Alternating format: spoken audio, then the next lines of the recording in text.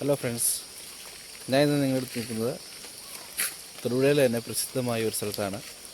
ടൂറിസ്റ്റുകൾക്കും അതുപോലെ തന്നെ cinema shooting ആൾക്കാർക്കും എല്ലാം ഇഷ്ടപ്പെട്ട ഒരു സ്ഥലമാണ് നമ്മുടെ തൊടുപുഴയിലെ കൊടയത്തൂർ എന്ന് പറഞ്ഞ സ്ഥലം.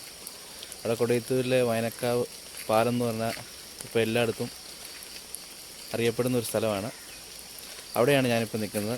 നിങ്ങളെ ഞാൻ ആ സ്ഥലം ഒന്ന് കാണിക്കാൻ വേണ്ടി കൊണ്ടുവന്നതാണ്. അപ്പോൾ നമുക്ക് സ്ഥലമെല്ലാം കണ്ടാലോ. ഇതാണ് കേട്ടോ നമ്മുടെ കൊടയത്തൂരിലെ പാലം.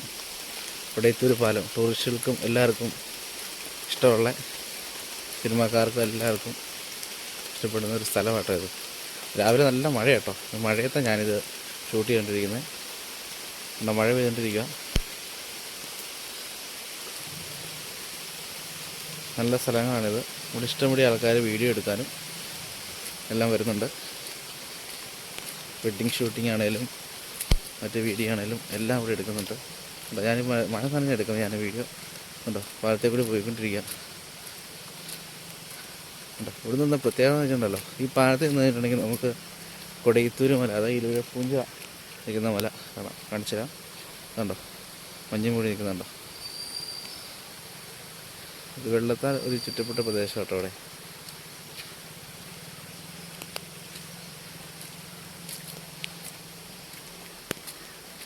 ഈ കാണുന്നത് മുതിയാമല എന്ന് പറഞ്ഞൊരു മല കേട്ടോ. അത്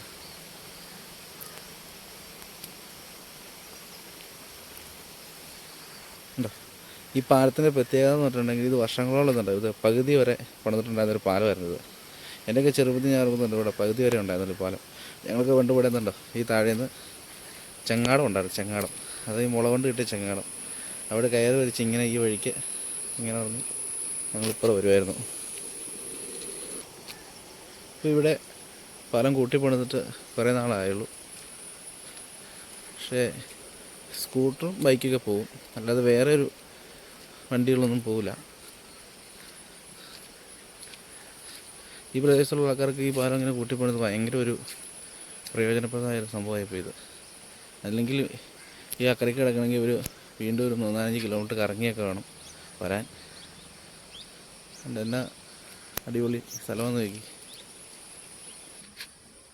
കേട്ടോ. സ്ഥലം നോക്കി.